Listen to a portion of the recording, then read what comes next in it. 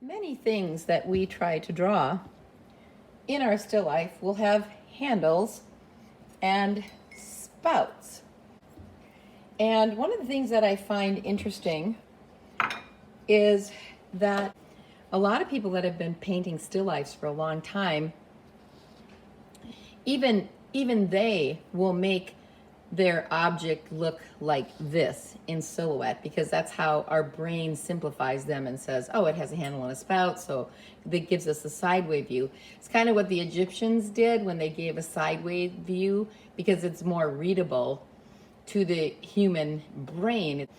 But we want to show the actual position of something. So if you use this as a directional line, as we talked about in setting up a still life, you're going to want to make sure you can draw this handle and spout in a believable way to make them look like they have a direction, okay? And it's not hard once you learn how to do it. It's actually quite simple. So I'm going to use a white picture for this, and we'll first look at it in silhouette, and we'll figure out what it is that we need to know about this object in order to draw it properly. All right, first we can imagine this as a circle. Now, we've already discussed how to make ellipses because this is an ellipse. So basically, you know that this as a circle, before it has a spout coming out of it, has a center. So this center is something that's going to be very important for you to be able to visualize. Where would the center point of this circle be? This circle in perspective, which is an ellipse. Okay, now the next thing that we have to realize is that most often, I'm sure there's some pictures that don't quite follow this. There's always an exception to the rule, but if this is the center, these are going to cross the structure lines for them that you could build them off of is a T. Now, watch what happens as I pivot this a little bit. Do you see how the angle of this on your picture plane? Remember, this is your picture plane, what you're looking at, and that's what you're going to be painting. See the angle of the gesture here? Now watch as I pivot it this way. See the angle of it here? Now watch as I pivot it this way. It's almost like you can imagine it being a clock on the top. And if you can find the line that comes up the side of this contour here, and then over this way, you'll be able to find where to start and stop your spout and your handle, or just your handle, or whatever configuration is going on in your object that you choose. So let's look at it from this way for a second, because it's very interesting. And I want to show you something, what I talked about. I will draw, if you were a little ant and you were crawling down here, the ant would come like this.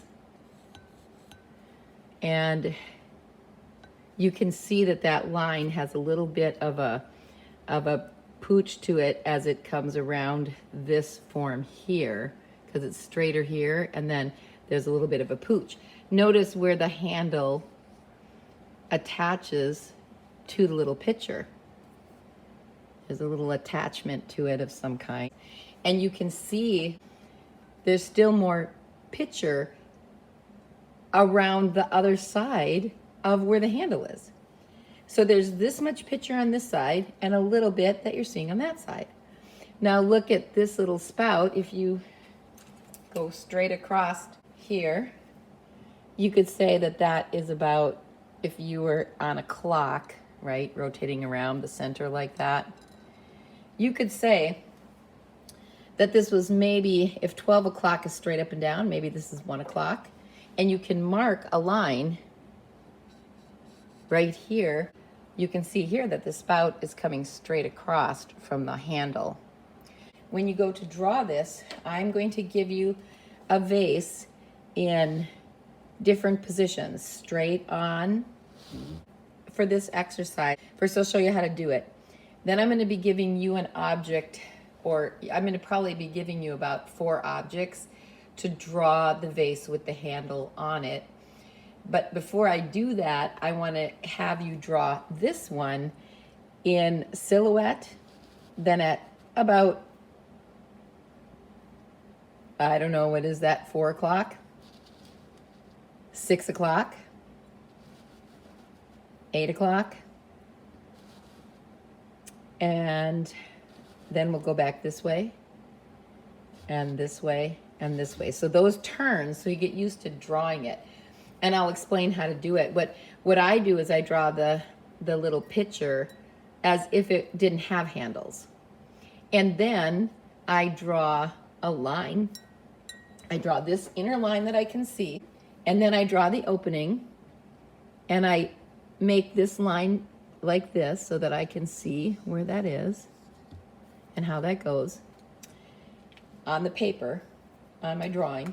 And then I make that line going across that space. The handle is around the back side, so it doesn't happen until quite a ways after the silhouette of this object. So the silhouette of this object is to the camera, to the artist viewpoint, to our picture plane, which is, remember, our picture plane is this. This would be the silhouette. Now you shouldn't be able to see the actual line I'm drawing because it should be right on the silhouette. If you can see it, it's just because the camera angle can't really see exactly in the camera what it's seeing, but it's definitely going to be here and over here. So you see how much further around from the silhouette of this side, the silhouette for this is over here. And you see how much space, there's this much space here before the spout bottom starts. You see that? So over here, you don't see where it connects to the picture. You only see where it connects to the picture when I move it like this. Let me get rid of these marks. When it's in this position, you can see where it connects, say like this, you can see where it connects to the picture itself. So again, the silhouette is about here to the picture plane. And you can see that the spout is nowhere to be seen on this silhouette. It's way around back.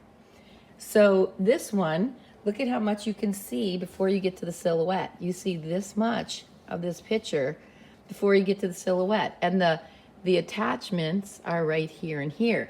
So you see if you just drew this line across, if this were a line, I can't do it until I show you in drawing form, but if this were a line, then I could continue this line down the contour, and I knew where the middle of this handle starts to the middle of this handle. I always pick the middle of things because then you know, like the middle of a nose, pick the middle of a nose, pick the middle of the lips, pick something so that you can make it symmetrical, things that are symmetrical on either side. This handle has got the same amount of this as to this, so pick the center, where it attaches, and then you can draw everything.